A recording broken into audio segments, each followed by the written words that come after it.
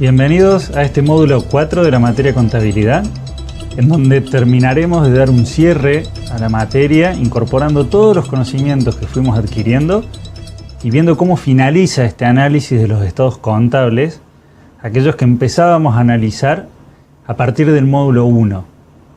En el módulo 2 vimos cómo elaborarlos, cómo exponerlos y comenzamos a analizar su situación financiera y económica en el módulo 3. Ahora vamos a incorporar más herramental a este análisis para poder determinar cuál es la capacidad de la empresa en cuanto a cumplir con sus obligaciones y generar una rentabilidad.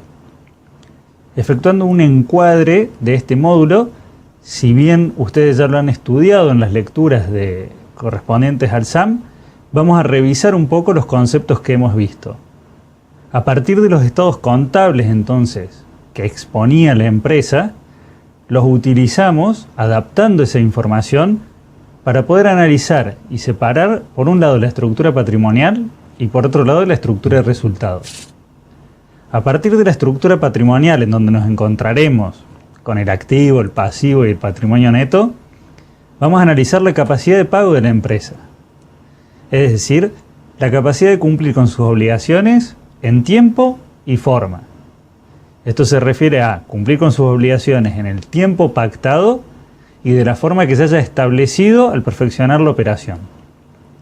Esta capacidad de pago, esta capacidad de cumplir con sus obligaciones, la dividiremos y haremos un análisis tanto para el largo plazo como para el corto plazo.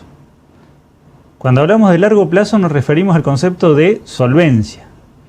Ver si la empresa es solvente, es capaz de cumplir con todos sus acreedores. Es decir, todos los acreedores podrán hacerse de la obligación que tiene la empresa.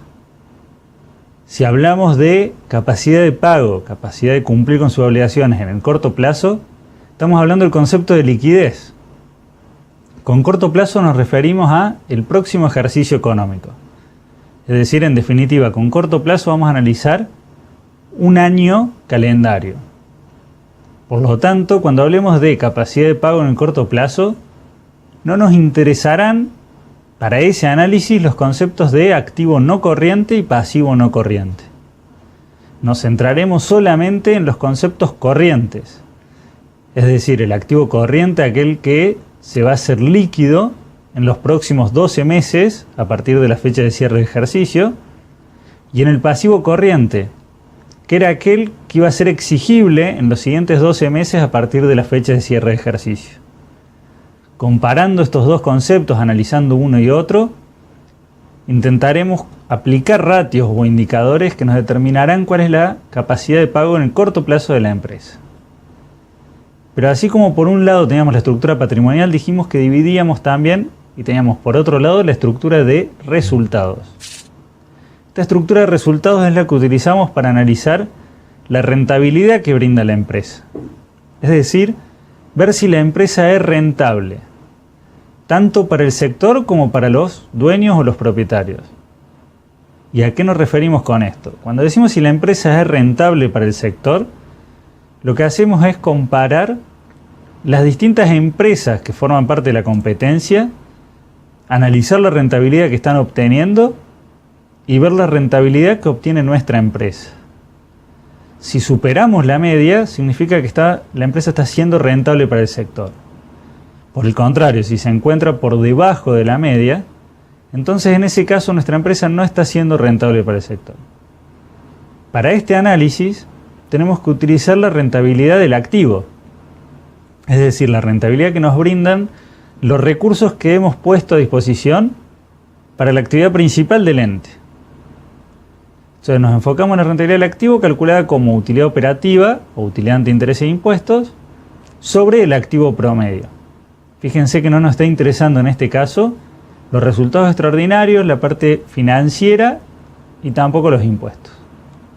Porque sobre esto no tenemos posibilidad de accionar en la toma de decisiones operativa de la empresa, es decir, en la toma de decisiones diaria de a qué se dedica la empresa. Por lo tanto, utilizamos este indicador de rentabilidad. Esa rentabilidad que podemos obtener, que nos dé, por ejemplo, 0,15 o 15%, la comparamos para ver qué rentabilidad está obteniendo el sector.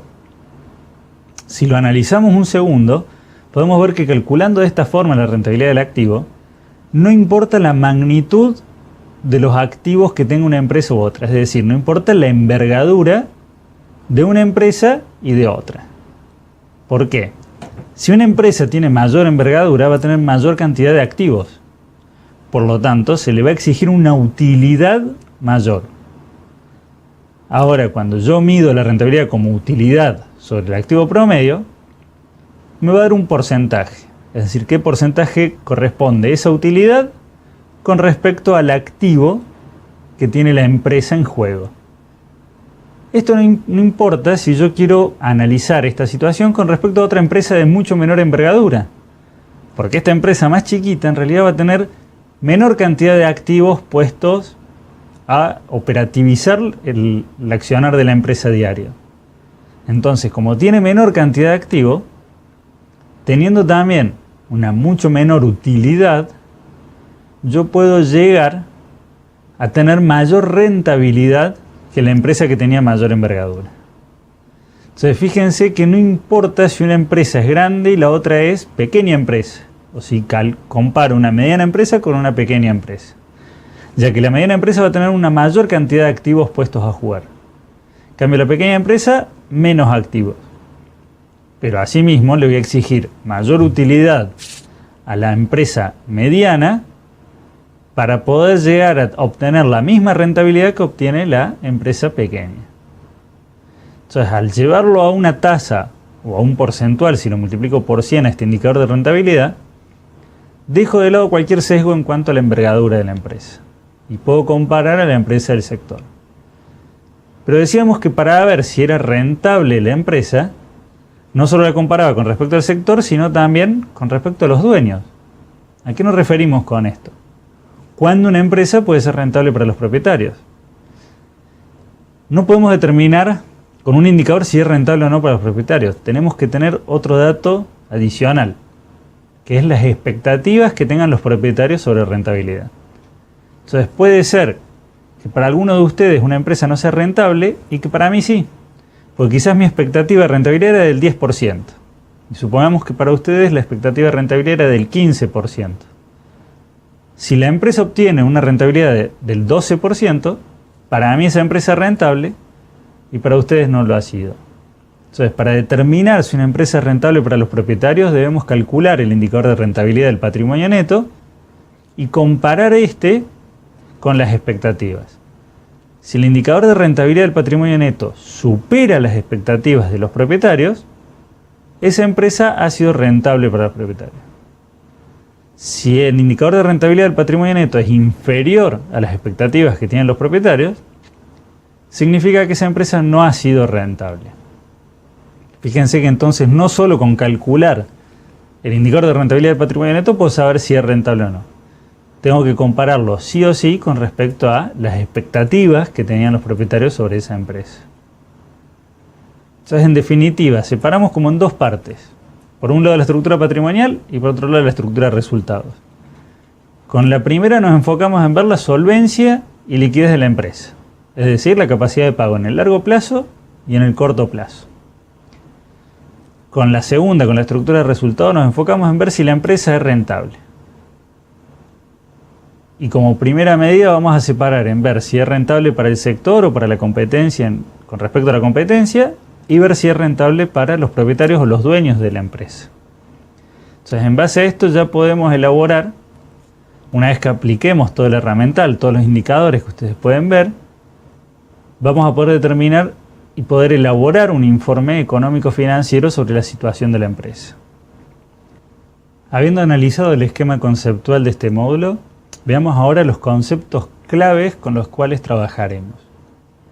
Entonces, como vamos a definir el análisis de la situación financiera, decíamos, tanto en el corto plazo como en el largo plazo.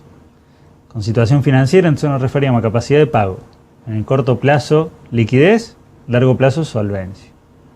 Análisis de la situación económica de la empresa, es decir, análisis de toda su estructura de resultados.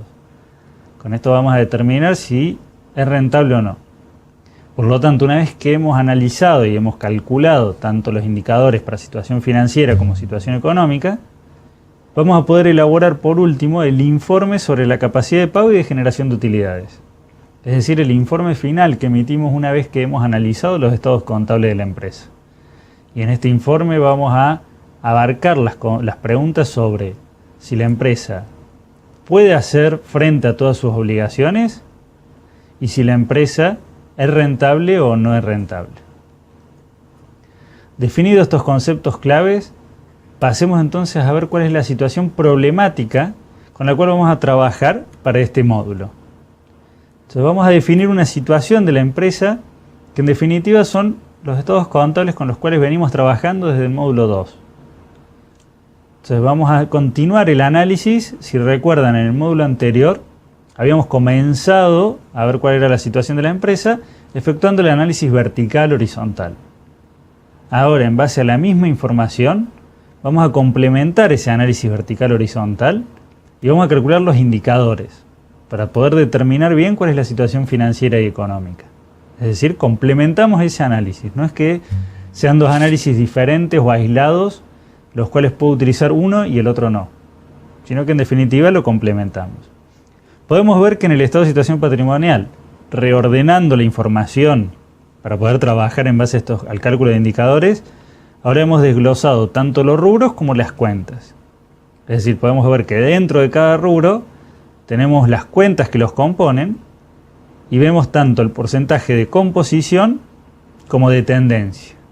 ¿Sí? Estos eran los datos que utilizábamos en el módulo 3 para ver cuál era el análisis vertical o de composición y el análisis horizontal o de tendencia, cómo fue evolucionando. Entonces comenzamos a ver cómo se conforma el activo. Y este activo lo tenemos dividido tanto en activo corriente como en activo no corriente. Dentro del activo corriente teníamos todos los rubros que iban a ser líquidos en los siguientes 12 meses a partir de la fecha de cierre de ejercicio. Pero también vemos el activo no corriente, es decir, aquellos activos que van a ser líquidos pasados los 12 meses de la fecha de cierre de ejercicio. O sea, acá nos vamos a encontrar también con distintos rubros y las cuentas que los componen. Asimismo tenemos que ver el pasivo y cómo se conforma este pasivo, es decir, las obligaciones hacia terceros. Y el pasivo también lo vamos a dividir en pasivo corriente y no corriente. Pasivo corriente es aquel que va a ser exigible en los 12 meses siguientes a la fecha de cierre de ejercicio, y el pasivo no corriente es el que va a ser exigible pasado los 12 meses a partir de la fecha de cierre de ejercicio. Entonces comenzamos con el pasivo corriente, vemos los rubros y las cuentas que los componen. Y también pasamos a ver el pasivo no corriente con el rubro y las cuentas que los componen junto con el patrimonio neto. En este caso el patrimonio neto lo desglosamos un poquito también para poder efectuar el análisis y no tener que irnos al estado de evolución del patrimonio neto, sino que en el mismo cuadro podemos ver composición y tendencia sobre el patrimonio neto como concepto total y desglosado en capital, reserva legal, resultados no asignados y resultados de este ejercicio para el caso de esta situación problemática que estamos presentando. No significa que estos sean todos los componentes que podría tener el patrimonio neto, ya que podría tener mayor cantidad de componentes, ¿sí? Pero esta es la situación problemática que presentamos en base a la empresa que venimos trabajando y sus estados contables. También tenemos que analizar la estructura de resultados, porque hasta acá estuvimos hablando de la estructura patrimonial, la parte que decíamos que utilizamos para ver si la empresa tenía algún inconveniente de solvencia o de liquidez.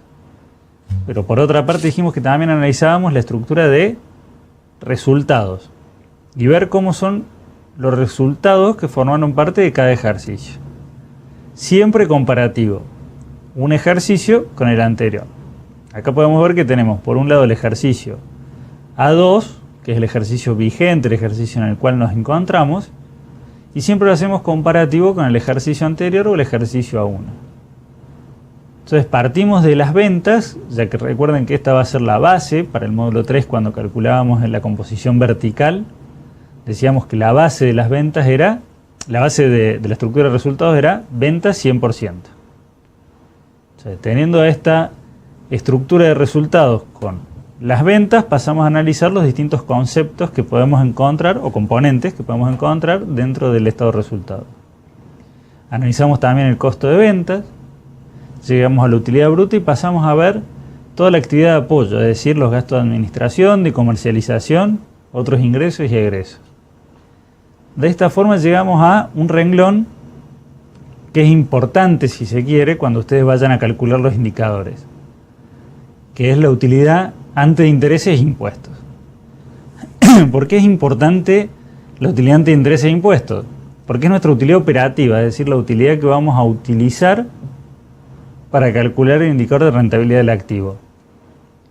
Recuerden cuando presentamos el esquema conceptual de este módulo número 4, decíamos que íbamos a analizar si la empresa era rentable para el sector.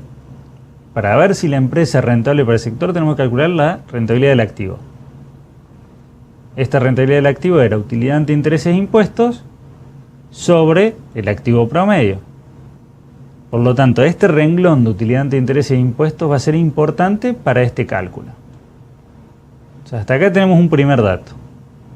Por otro lado, tenemos también los ingresos financieros y los gastos financieros, los cuales sumados y restados, obviamente, porque unos son ingresos y otros gastos, nos van a dar como resultado los resultados financieros. Si yo quisiera calcular la rentabilidad financiera, me encuentro en este punto hasta la utilidad antes de impuestos.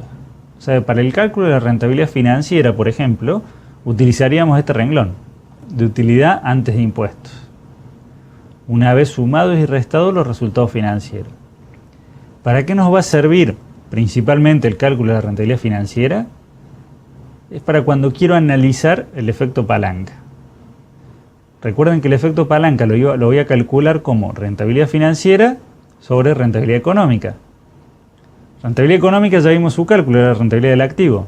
Ahora calculo la rentabilidad financiera y del cociente de ambos puedo determinar el efecto palanca, con el cual íbamos a desarrollar si la empresa había tenido un resultado positivo o negativo al haber utilizado fondos de terceros para financiarse. Es decir, en definitiva, con esto que quería analizar, si la rentabilidad económica del activo era mayor o menor a la tasa de interés que nos cobran por nuestras obligaciones o nuestras deudas. Obviamente, si la rentabilidad económica es mayor a la tasa de interés, he obtenido un resultado positivo de utilizar fondos de terceros. Si es inferior, no convino, si se quiere, utilizar los fondos de terceros. Una vez calculada esta rentabilidad financiera, podemos seguir avanzando. Entonces tendríamos en ese caso los impuestos, que en este caso para simplificación del ejercicio, la situación problemática que presentamos lo hemos dejado de lado, pero tenemos también por otro lado los resultados extraordinarios, que eran esos resultados de suceso infrecuente en el pasado y que se esperaba igual comportamiento para el futuro. Es decir, resultados que yo espero que no sucedan en el futuro nuevamente. Entonces, cuando yo le sumo o resto estos resultados extraordinarios, dependiendo si ese resultado extraordinario es una ganancia o una pérdida, llego así al resultado del ejercicio, o la utilidad neta. Y este resultado del ejercicio de utilidad neta, ¿para qué lo voy a utilizar? Principalmente para el cálculo de la rentabilidad del patrimonio neto, ya que la rentabilidad del patrimonio neto le voy a calcular como resultado del ejercicio sobre patrimonio neto promedio. De esta forma voy a poder obtener el indicador que voy a comparar con respecto a las expectativas que tenían los propietarios, los dueños de la empresa, para determinar si la empresa fue rentable para los dueños o no. Asimismo tengo que adicionar mayor información, porque como siempre lo hacemos comparativo con el ejercicio anterior y quiero ver cómo han ido evolucionando los indicadores que vayamos a calcular, para el caso de los indicadores correspondientes al ciclo operativo voy a necesitar mayor información relativa a la situación inicial que tenía la empresa en el ejercicio A1. Pues para el ejercicio A2 tengo la situación final, que es la que me presentan los datos, y la situación inicial, que en definitiva es el cierre del ejercicio A1. Ahora, cuando yo quiera calcular los mismos indicadores de rotación con respecto al ejercicio A1, tengo los datos finales, pero me están faltando los datos iniciales.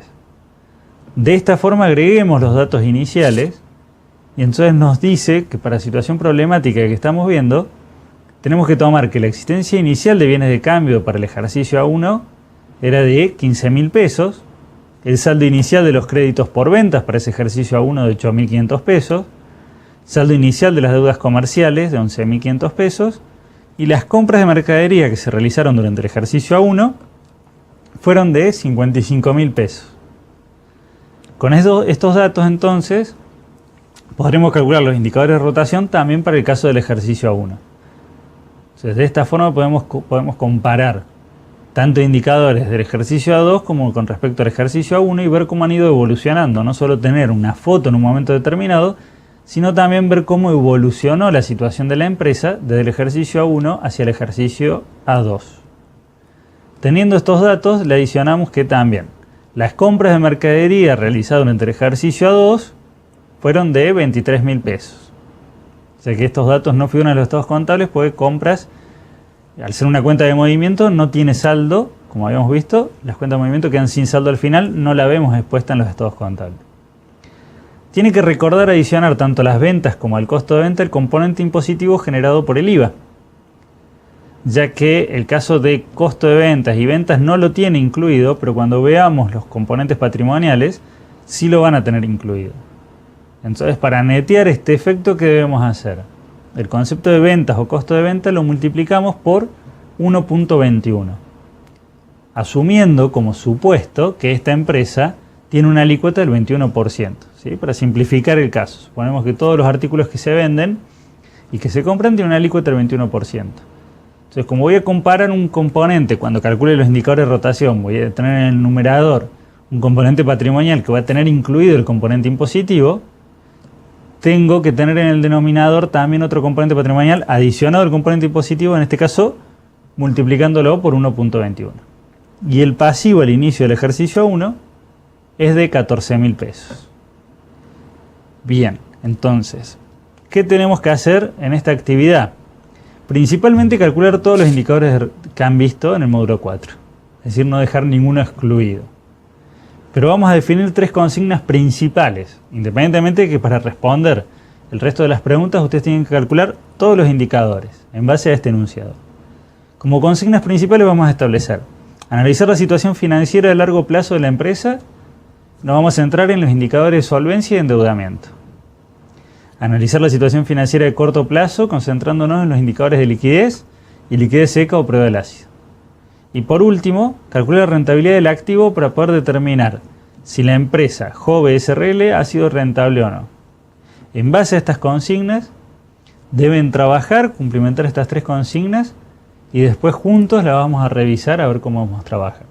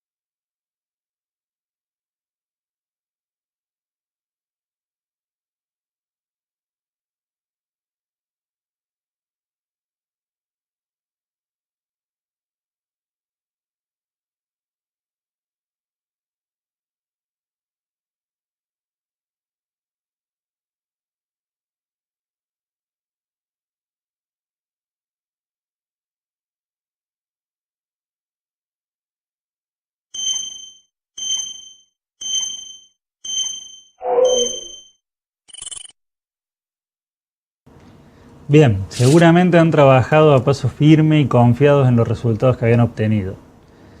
Nos presentaba como situación problemática determinar, en definitiva, situación financiera de largo plazo y de corto plazo y un concepto de situación económica. Con situación financiera de largo plazo, primer consigna, vamos a abordarla.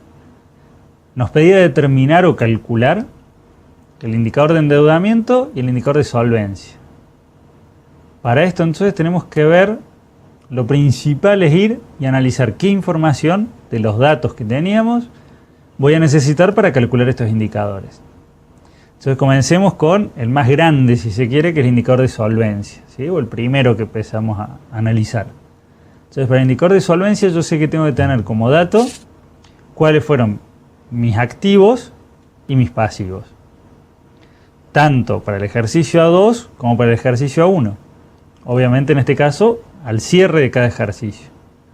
Ya que el indicador de solvencia lo voy a calcular como activo sobre pasivo.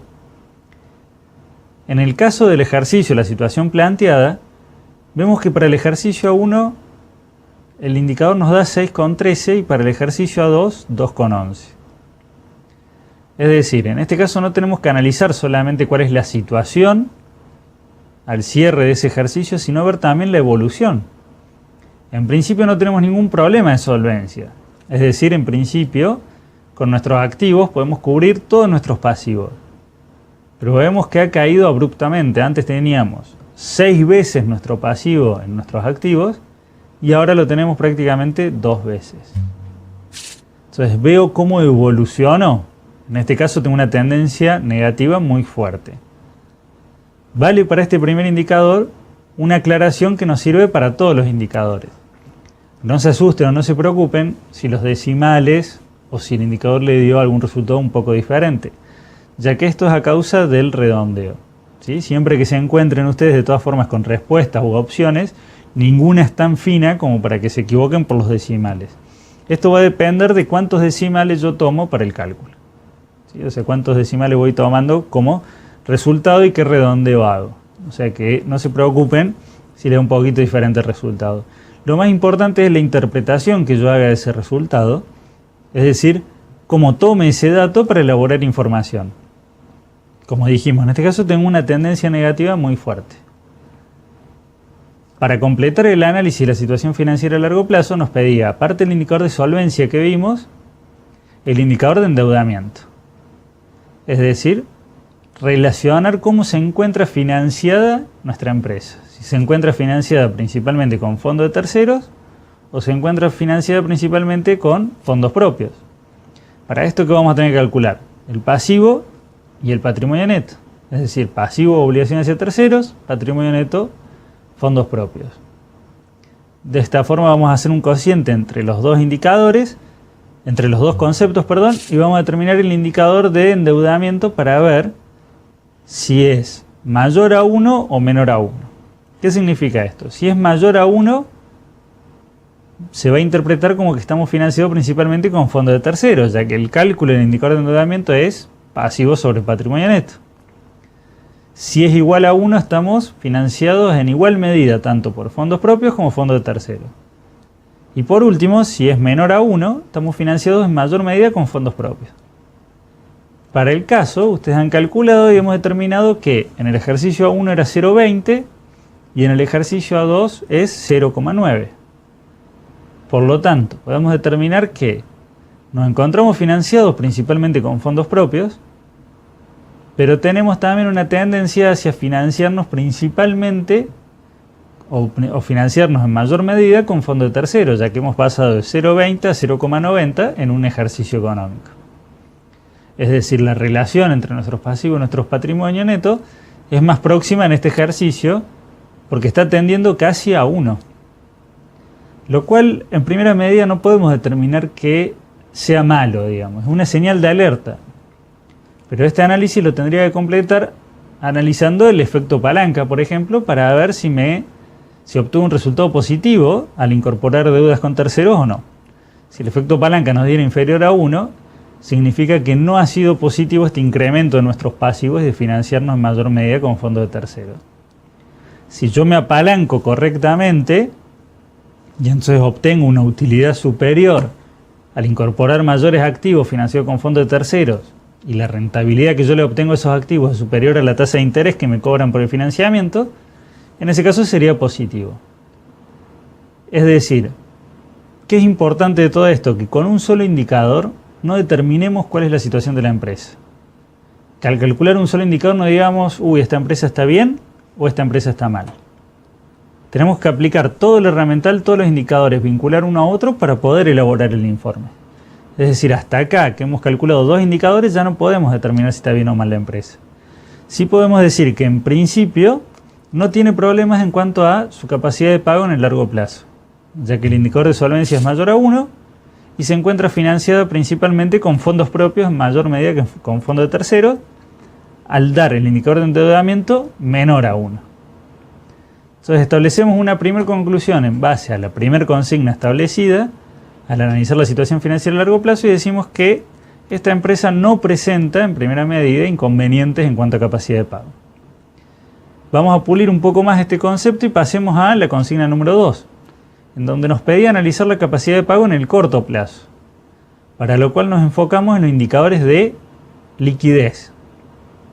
Estos indicadores de liquidez nos van a relacionar nuestros activos corrientes con nuestros pasivos corrientes.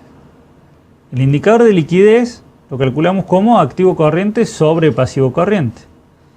Buscamos los datos en la información inicial con la cual contábamos y al calcularlo nos encontramos que para el ejercicio A1 el indicador de liquidez fue de 4,13 y para el ejercicio A2 de 3,57.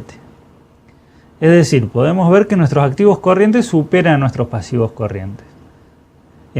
A primera medida podemos determinar que esta empresa no va a tener problema de liquidez, es decir, no va a tener problema de capacidad de pago en el próximo ejercicio económico, ya que sus activos corrientes alcanzan para cubrir todos sus pasivos corrientes.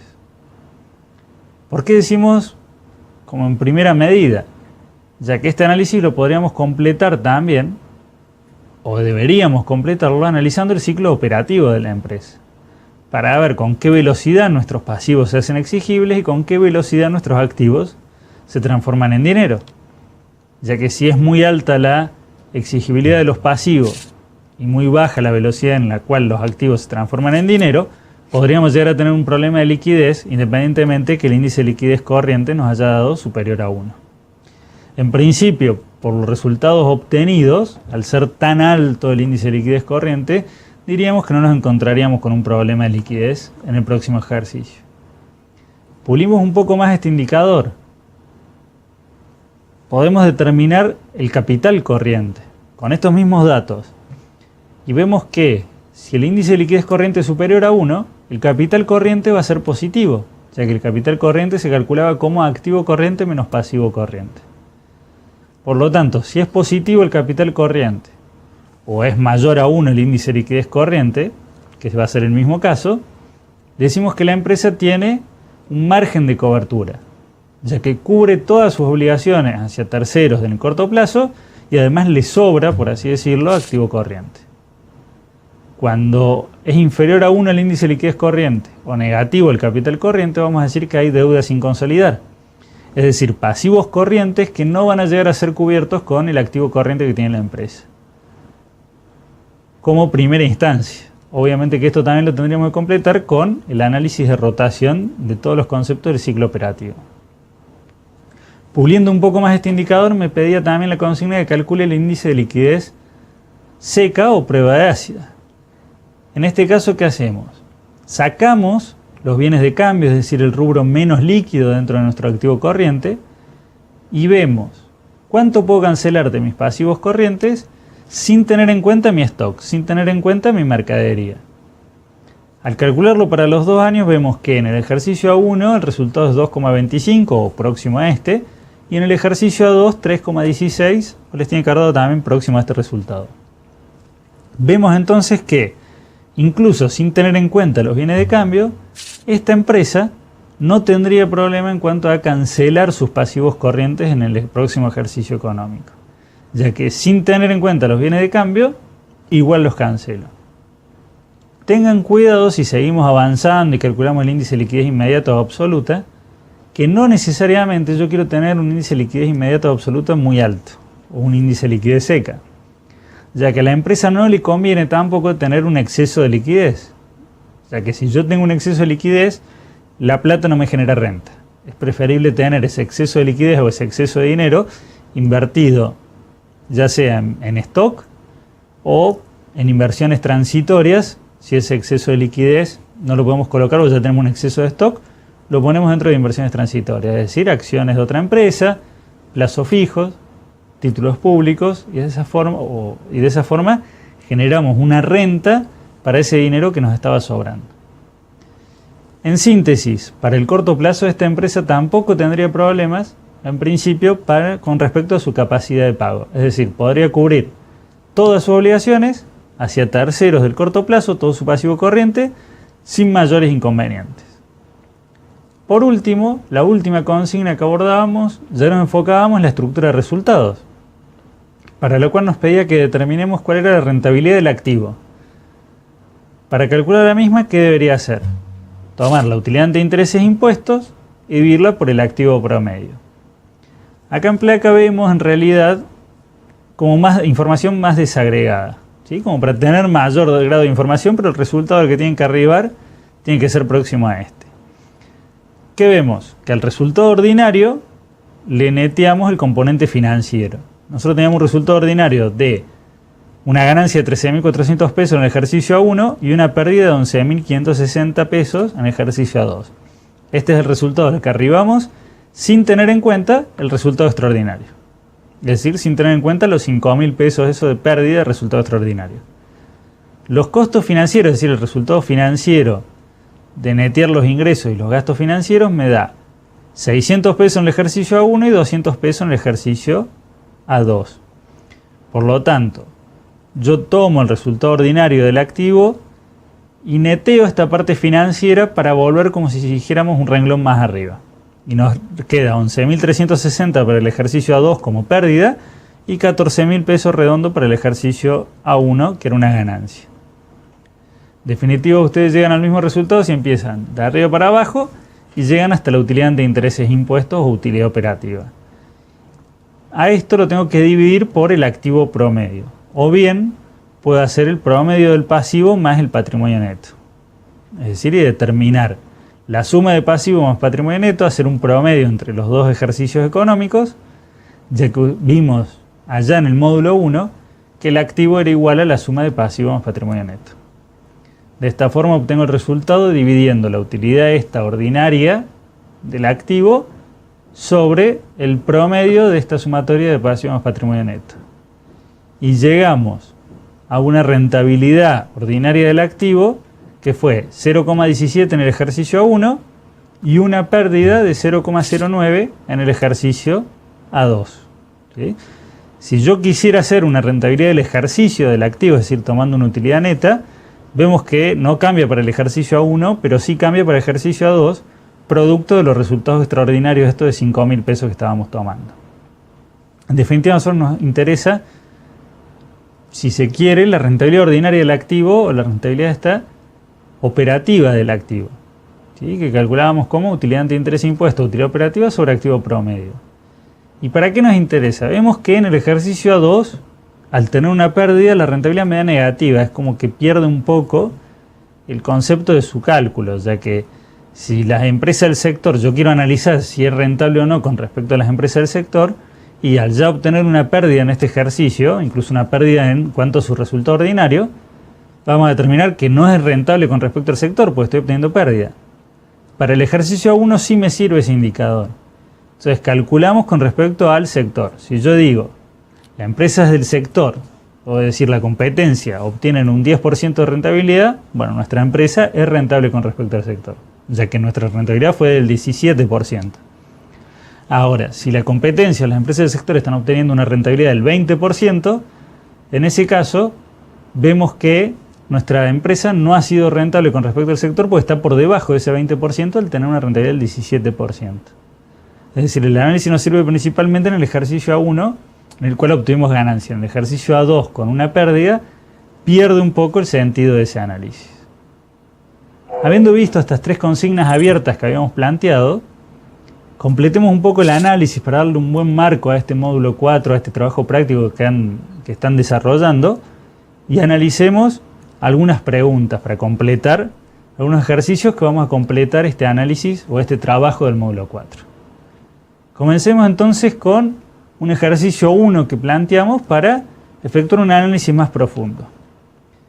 Y este ejercicio 1 me plantea, con respecto a la tendencia del índice de endeudamiento para los dos ejercicios bajo análisis, podría afirmar que, comencemos con la opción E. Me dice, es neutra ya que no posee ninguna evolución entre los dos periodos analizados. Como vimos al solucionar la primera consigna abierta, obviamente esta opción no es válida, ya que bajo los dos periodos analizados ha cambiado este indicador, por lo tanto no es neutra. La opción D me dice es negativa al controlarse la fuente de financiamiento externo. Esta opción en realidad no tiene mucho sentido, porque ¿qué entenderíamos por controlarse la fuente de financiamiento externo? Por lo tanto la descartamos también. La opción C me dice es positiva ya que cada vez se financia más con terceros. En realidad, el financiarme más cada vez con terceros no lo hace que sea positiva. ¿Sí? Me dice es positiva al controlarse la fuente de financiamiento externo. Tampoco tiene sentido esta opción B. Y por último la opción A me dice es negativa ya que cada vez se financia más con terceros. Obviamente al haber descartado todas las otras llegamos a la conclusión de que esta es la correcta. ¿Por qué? Porque cuando vimos el indicador de endeudamiento arrancábamos con un porcentaje que representaba el 20% y terminábamos en el 90% para el ejercicio A2. O sea que vemos la evolución de un 0,20 a un 0,90. Eso es negativo, cada vez me estoy financiando más con terceros. En cuanto al endeudamiento, esta evolución ha sido negativa. Recuerden lo que dijimos, no implica que esté mal financiarse con terceros. Esto lo vamos a completar con otros indicadores. Pero en cuanto a la evolución del indicador de endeudamiento, vemos que la evolución es negativa. Pasamos del 0,20 al 0,90. Cada vez me estoy financiando más con terceros. Por lo tanto, en definitiva, esa opción A, esa alternativa A, es la que marcamos como correcta. En el ejercicio 2, que ponemos también para ejercitar un poco y ver en qué situación nos encontramos, me dice, al ser el indicador de solvencia, ese que calculamos las consignas abiertas, mayor a 1, podríamos afirmar que la opción A me dice existe deuda sin consolidar a largo plazo. La opción B me dice que los acreedores de la empresa están en principio cubiertos a largo plazo. La opción C me dice que los acreedores de la empresa en principio no se encuentran cubiertos a largo plazo. La opción D, existe un beneficio por utilizar fondos de terceros. Y la opción E, existe quebranto por utilizar fondos de terceros.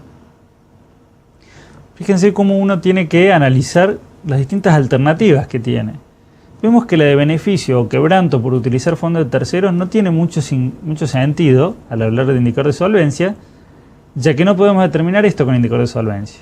Si existe beneficio o quebranto por utilizar fondos de terceros, lo vamos a analizar con el efecto palanca. O sea que automáticamente estamos descartando las alternativas D y E, ya que no tienen sentido con respecto a la consigna que nos presenta al hablar de indicador de solvencia mayor a 1. La opción A, me decía existe deuda sin consolidar a largo plazo. Si es mayor a 1 el indicador de solvencia, implica que mis activos son superiores a mis pasivos. Por lo tanto, no existe deuda sin consolidar. Todos mis activos pueden cubrir la totalidad del pasivo. La opción C me decía los acreedores de la empresa en principio no se encuentran cubiertos a largo plazo. Estamos diciendo que si mis activos superan a mis pasivos, en principio los acreedores de la empresa se encuentran cubiertos a largo plazo. Por lo tanto, vemos que obviamente la alternativa B es la correcta. O sea que en principio podemos determinar que todos los acreedores de la empresa se encuentran cubiertos. Todos mis activos cubren la totalidad de mis pasivos. Luego, si existe beneficio o quebranto por utilizar fondos de terceros, lo veremos al calcular el efecto palanca. Como ejercicio 3, me presenta ahora que si la expectativa de los socios es una rentabilidad del 15%, se puede afirmar que para el ejercicio A1. Ya con esa consigna nosotros lo que tenemos que hacer o buscar directamente es el cálculo sobre la rentabilidad del patrimonio neto. Ya que dijimos que para poder determinar si la empresa es rentable o no para los propietarios, tengo que calcular la rentabilidad del patrimonio neto con respecto a la expectativa de los propietarios. La rentabilidad del patrimonio neto acá me dice que es del 15%.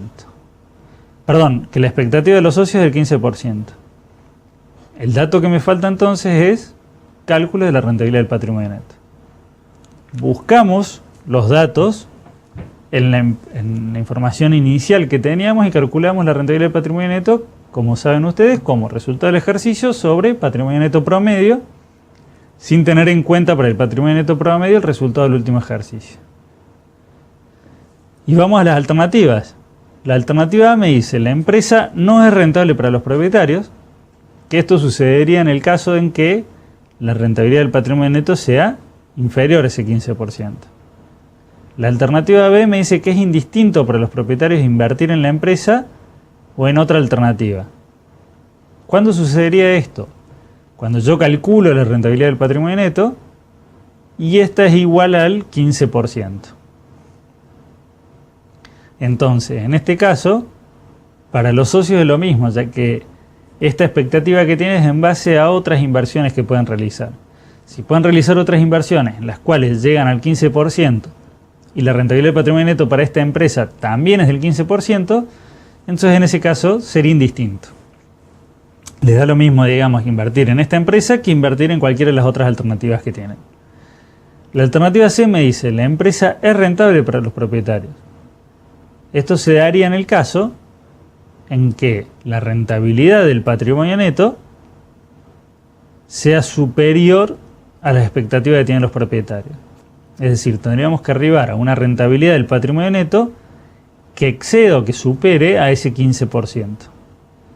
La alternativa D dice, debería profundizarse el análisis con Dupont a fin de poder determinar si es rentable o no. Y esto nos sirve también para hacer un breve comentario sobre Dupont. Con Dupont en realidad yo no determino si la empresa es rentable o no. Dupont lo hago no para calcular la rentabilidad, sino para desagregar esa rentabilidad en margen y rotación. Es decir, ver la empresa que estamos analizando, dónde concentra su rentabilidad. Si en el margen, es decir, le carga con respecto a su costo a cada producto un margen alto, entonces vende pocas veces a lo largo del ejercicio, rota pocas veces la mercadería, pero tiene un alto margen sobre ventas.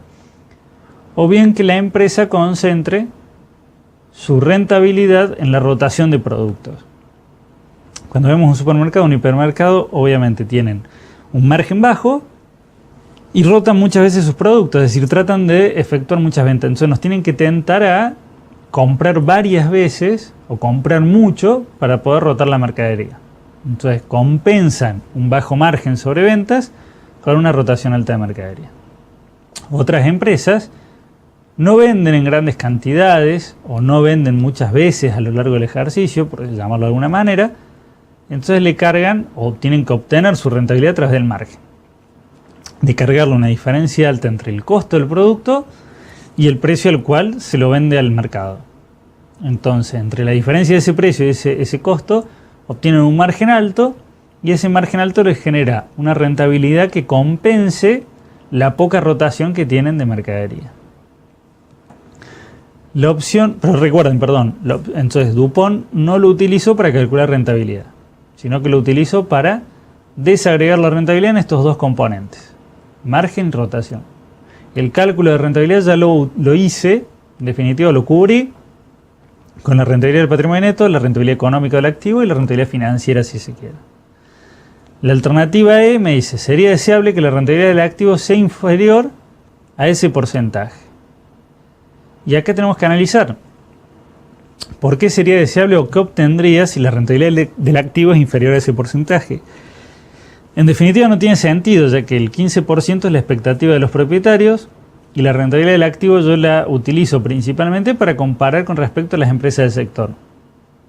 Entonces, si yo digo sería deseable que la rentabilidad del activo sea inferior a ese porcentaje, no tiene ningún sentido para esta consigna.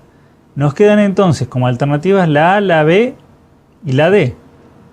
Para la D habíamos dicho que, la C y la D, perdón. Para la D habíamos dicho que profundizarse con el análisis de Dupont para ver si es rentable o no tiene sentido, ya que Dupont yo lo utilizo para ver si concentra su rentabilidad en margen o rotación, pero no para ver si es rentable.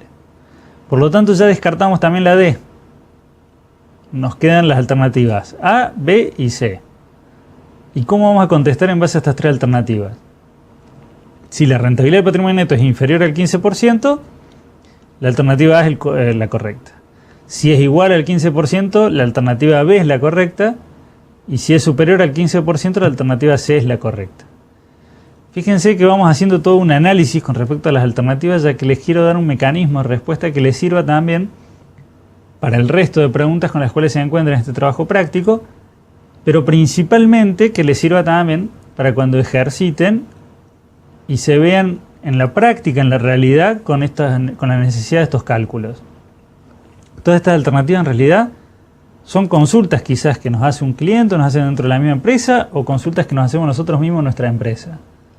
O sea, en definitiva, estas consultas son las que vamos descartando y vamos viendo cuál es la situación a la que arribamos. Para las consignas planteadas, vemos que, en este caso, la rentabilidad del patrimonio neto superaba el 15%. Por lo tanto, en principio, la empresa es rentable para los propietarios, ya que la rentabilidad supera al 15%. Es decir, para el ejercicio A1, ¿sí?, que es el que nos estamos enfocando, nosotros decíamos que la rentabilidad del patrimonio neto era superior al 15%, entonces es rentable. Fíjense que en la consigna aclaraba bien para el ejercicio A1 y no para el ejercicio A2, ya que en el ejercicio A2 carecía de significado este análisis, ya que obteníamos una pérdida de este ejercicio. En síntesis, entonces, para el ejercicio A1 es rentable para los propietarios, por lo tanto la alternativa C es la correcta. Habiendo analizado estos tres ejercicios, hemos llegado ya a poder darle un cierre tanto a este módulo 4 como a la materia. Fíjense, en el módulo 4 determinamos cuál era la situación financiera y económica de la empresa. Entonces estamos en condiciones de emitir un informe asesorando, brindando información sobre en qué condiciones se encuentra la empresa. Pero no es solamente con los indicadores que hemos aplicado en este módulo, sino que en definitiva complementamos el análisis que comenzamos a hacer en el módulo 3 con el análisis vertical horizontal. Completamos con estos indicadores y vemos cuál es la situación. No solamente los indicadores que vimos acá como consignas, sino que recuerden que tienen que aplicar todo el instrumental. Completar con el resto de indicadores para poder hacerse una idea de cuál es la situación real de la empresa. No podemos emitir una conclusión aplicando un solo indicador, por ejemplo. Entonces, una vez que aplicamos todo el herramental, hacemos un cierre y determinamos cuál es la situación de la empresa. Fíjense que a lo largo de la materia hemos comenzado con el módulo 1 y cerramos ahora el módulo 4, hablando siempre de lo mismo. En definitiva, comenzamos con cuál era la información que nos brindaba la contabilidad. En el módulo 2 nos enfocamos en los estados contables, que era el informe de salida. En el módulo 3 comenzamos a analizar esos estados contables a través del análisis vertical horizontal o de composición y tendencia. Y cerramos con el módulo 4 con la aplicación de ratios o indicadores para determinar y poder elaborar el informe económico financiero. Espero que hayan disfrutado tanto de este módulo 4 como de la materia y nos veremos nuevamente. Muchas gracias.